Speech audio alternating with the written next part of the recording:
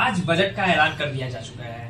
निर्मला सीतारमन जो वित्त मंत्री हैं भारत के, वो उन्होंने बजट पेश किया है वित्त मंत्री के द्वारा।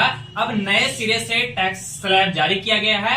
ऐसे में जो है हमारे साथ में रमेश प्रसाद जो कि एडवोकेट हैं इनकम टैक्स और जीएसटी के, उनसे बातचीत करेंगे और जानने के का भी पूरा प्रयास करेंगे कि ये जो चीजें की गई है, ये व्यवस्था जो की गई है सरकार के द्वारा, जो ये घोषणा की गई है कि टैक्स स्लैब में आखिर ये चीजें है क्या। Tax slab, new tax regime, old tax regime, ये चीजें पूरी तरह से समझने का प्रयास करेंगे। जिस तरह से नया टैक्स स्लैब जारी किया गया है सरकार के द्वारा, लोगों को राहत देने की कोशिश की गई है। आखिर ये चीजें पूरी बारीकी से समझाया जाए कि लोग बहुत सारे उलझनों में रहते हैं कि अगर टैक्स स्लैब 12 लाख कर दिया गया तो हो सकता है कि हमारी पूरी की पूरी जो है छूट मिलेगी, किसी तरह का कोई टैक्स भरने की जरूरत नहीं पड़ेगी। देखिए अब आप मान के चलिए कि अभी 3 स्लैब हो गया। पहला स्लैब ओल्ड स्लैब था, जिसमें था 2.5 लाख रुपया तक टैक्स, कोई टैक्स नहीं था। 2.5 से 5 तक 5% था, और 5 से 10 लाख तक था 20%, और 10 लाख एंड एबव था 30% था। जिसमें उस ओल्ड स्कीम में आपको 1.5 लाख तक इन्वेस्ट कर सकते थे। सैलरी वाले को स्टैंडर्ड डिडक्शन भी मिलता था, ये सब सुविधा थी। उसके बाद फिर एक नया टैक्स स्लैब आया जिसका 7 लाख तक था। 7 लाख तक आपको कोई टैक्स नहीं बनता था। टैक्स तो के दायरे में आप आते हैं, लेकिन 7 लाख के अंदर में जो भी टैक्स बनेगा उतना आपको 87 में डिडक्शन मिल जाता था और आप जीरो पर आ जाते थे। लेकिन आपको टैक्स भरना था, रिटर्न भरना था, आपको देना था। अभी जो आज बजट आया है ये तो बहुत अच्छा ही बजट है, और खासकर मिडिल क्लास लोगों के लिए बहुत अच्छा ही ये गिफ्ट है नए साल का। और इसमें जो दिया गया है उसमें सैलरी वेतन भोगी के लिए 12 लाख रुपया तक फ्री कर दिया गया। वेतन भोगी हो या बिजनेसमैन हो, सभी के लिए। वेतन भोगी के लिए एक और हो गया कि 75,000 स्टैंडर्ड डिडक्शन कर दिया गया।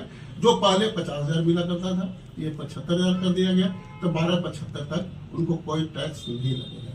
लेकिन ऐसा नहीं है कि 12 लाख तक या 12,75,000 के अंदर में जो व्यवसायी एरिया वेतन भोगी आते हैं उनको टैक्स रिटर्न नहीं भरना पड़े, ऐसी बात नहीं। रिटर्न तो भरना पड़ेगा उनको, क्योंकि टैक्स लगेगा।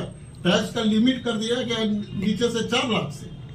आपको 4 लाख के नीचे अगर आप जाते हैं तो आपको कोई टैक्स नहीं है। 4 लाख से 8 लाख के बीच में आपको 5% है, और 8 से 12 तक 10% है, उतना आपको काउंट हो जाएगा। अब 12 लाख आते आते जो भी टैक्स बनेगा उतना 87 में आपको रिबेट मिल जाएगा। फिर आप जीरो पर आ जाते हैं, टैक्स देना पड़ेगा। लेकिन जैसे ही आप 12 लाख से ऊपर आप चले जाते हैं तो पूरा टैक्स पीछे से आपको काउंट होगा।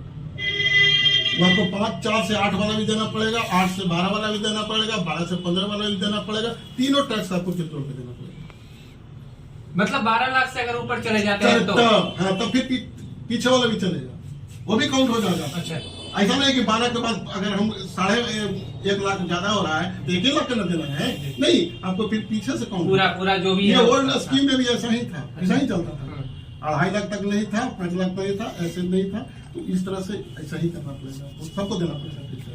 सर, ओल्ड टैक्स रिजीम और न्यू टैक्स रिजीम में बहुत सारे लोगों को कंफ्यूजन होती है कि आखिर ये है क्या चीज। सर, इसको थोड़ा सा ब्रीफली। ओल्ड टैक्स स्कीम जो था पुराने वाले में, उसमें आपको 1.5 लाख रुपया तक आप इन्वेस्ट कर सकते थे। जैसे LIC में, NSC में, PPF में, PF में, बच्चों लोग के ट्यूशन फीस में आप 1.5 लाख इन्वेस्ट कर सकते हैं। नया टैक्स रिजीम में इसका कोई बेनिफिट आपको नहीं मिलेगा। आप इन्वेस्ट करते हैं, आपका पर्सनल चीज है। इनकम टैक्स में आपको कोई बेनिफिट नहीं मिलेगा। पहले क्या था कि 1.5 लाख 2.5 लाख पर टैक्स है, 5 लाख रुपया या 6 लाख 7 लाख जितना भी आता था, उसमें से स्टैंडर्ड डिडक्शन 50,000 घटा दिए। उसके बाद फिर 1.5 लाख रुपया वो घटा दिए जो इन्वेस्ट किए, 80C सेक्शन के अंदर है। उसके बाद जो टैक्स बनता है तो बनता है। और भी था, आप हेल्थ इंश्योरेंस भी ले सकते थे, 80DD में आप रिबेट ले सकते थे, 80D में ले सकते थे, 80U में ले सकते थे। ये सब चीज को भी बन के है। आप किसी प्रकार का कोई रिबेट नहीं ले सकते, सिर्फ आप स्टैंडर्ड डिडक्शन आपको मिलेगा। तो कुल मिलाकर ये देखा जाए सर, तो जिस तरह से ये जो ऐलान किया गया है 12 लाख तक का वो टैक्स रिजीम को लेकर, टैक्स स्लैब को लेकर के छूट दी गई है, तो इससे लोगों को बेनिफिट मिलेगा। बहुत बेनिफिट है, बहुत बेनिफिट है। आप कंपैरिजन करके भी देख लेंगे। अगर किसी का एक लिमिट आप उठा लीजिए कि इसका इतना इनकम है, आप पुराने से कैलकुलेशन कर लीजिए, सब डिडक्शन लेके भी और नए से भी कर लीजिए, इनको बेनिफिट मिलेगा नए वाले को। कुछ लोगों को दिक्कतें होती हैं सर समझने में इस चीज को। समझ की दिक्कत हो सकता है, तो समझने के लिए टैक्स एडवाइजर लोग बैठे हुए हैं, आप उनसे आप अपने एडवाइस लीजिए। कोई ना हर कोई तो किसी न किसी से कनेक्टेड है, आप उनसे एडवाइस लीजिए कि भाई हमको हमारे पास भी लोग आते हैं, अभी जून से अभी रिटर्न फाइल शुरू होगा, लोग आते हैं बैठते हैं तो बोल देंगे कि भाई कौन सा हम भरे, कौन सा फायदा हो रहा है, दोनों कैलकुलेशन करके देते हैं कि भाई इसमें कौन सा फायदा हो रहा है आपके लिए, उसमें ज्यादा ही फायदा हो रहा है नया वाले का। फाइनेंशियल ईयर को लेकर थोड़ा सा समझा दीजिए कि फाइनेंशियल ईयर क्या है? देखिए फाइनेंशियल ईयर के लिए है कि अभी ये जो बजट आज आया है आगे साल के लिए आता है। अभी हम लोग जिसका छोटा बड़ा रिटर्न था वित्तीय वर्ष 24-25 का हम लोग रिटर्न फाइल कर रहे थे। अभी 1 अप्रैल 25 से 31 मार्च 26 तक का जो वित्तीय वर्ष आएगा 25-26, इसका असेसमेंट ईयर होगा 26-27।